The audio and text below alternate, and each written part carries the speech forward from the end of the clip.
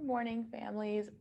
I am going to be talking to students today a little bit about reopening, and so I wanted to just share some information really quickly. Now, this is nowhere near all of the information that you're going to need for reopening. This is just focused on the schedule changes and the changes to the reopening date. What I'm going to do is instead of just making one big video, I'm going to be uploading shorter videos about specific topics over the next few weeks so that you can just find which one you need more information about. So this is going to be about, like I said, reopening date and then the schedule. So this is on the Baltimore City website, but if you did not get the communication about this, we are no longer going back March 1st for 3rd through 5th. So if you have a student who's K through 2, they will go back March 1st. And then if you have a student who's grade 3 through 5, they will go back to in-person learning on March 15th. So for 4th grade, we've now pushed our reopening date back 2 weeks. And that just had to do with the fact that the schools right now are still getting prepared. And so they pushed the reopening date back. In-person learning is still optional. Okay, so even though we've pushed the reopening date back, you still have the choice. If you don't want your child coming to in-person learning, you can still keep them in virtual. What has changed is that we are now going to be divided into 2 groups or cohorts, and that will determine when your student comes to school or logs into Zoom. And the reason why we're doing this is because right now we can only have up to 15 students in a classroom. We don't have all of our class coming back in person. However, we do have to plan for that. And because we have more than 15 students in our class altogether, we basically have to plan as if all of them are going to come back, and we can't do that. We can't have all 18 students in the classroom because of social distancing. And so we've split our class in half, and they're going to come to school or log into Zoom on different days now. They will still have me as a teacher. They won't be having Mr. Cross Barnett as a teacher. I know there were questions about that. They're still going to have me. So they're going to be divided into either cohort A or cohort B. So if they are in cohort A, that means that their synchronous days or in-person days are Monday, Tuesday. So what that looks like is I've divided the class in half, and I've gone off of what you've told me if you want your student coming in person or virtual.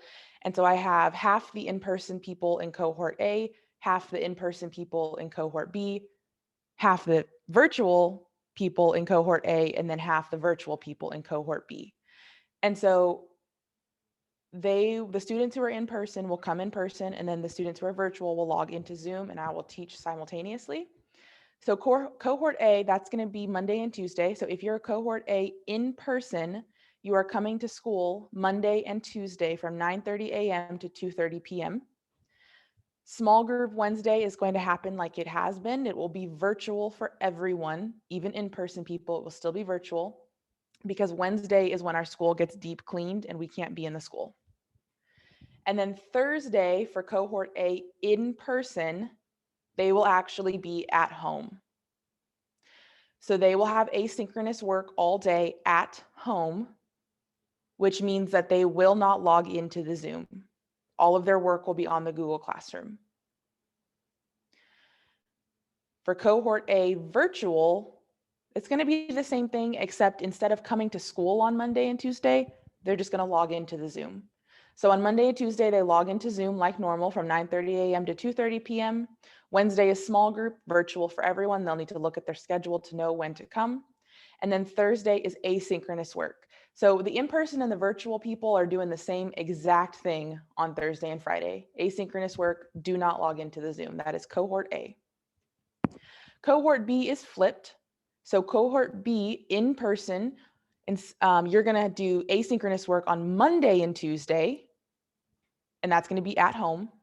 And then Wednesday is small group for everyone. And then Thursday and Friday, you're going to come to school. So you'll have Monday, Tuesday, Wednesday at home, Thursday, Friday at school. Cohort B virtual, again, it's flipped. So Monday, Tuesday, you have asynchronous work all day and you do not log into the Zoom. Wednesday is small group. And then Thursday, Friday, you log into the Zoom. So I will share more information about who is in which cohort soon. I will not do it on YouTube. I will do it in Class Dojo and then also the Google Classroom. I'm still waiting to get my list approved from admin, but once that's approved and they've said, okay, this is good, then I will share that.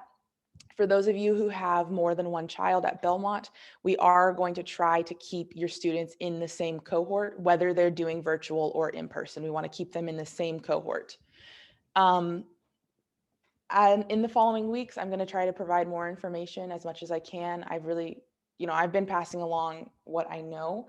But if you have any questions, please, please, please feel free to message me. I can't promise that I can answer them, but I will try to get you the best answer that I can. This is the schedule for now. Like I said, I'm going to be talking to students about this today. Yeah, please reach out with any questions and let me know if you need anything.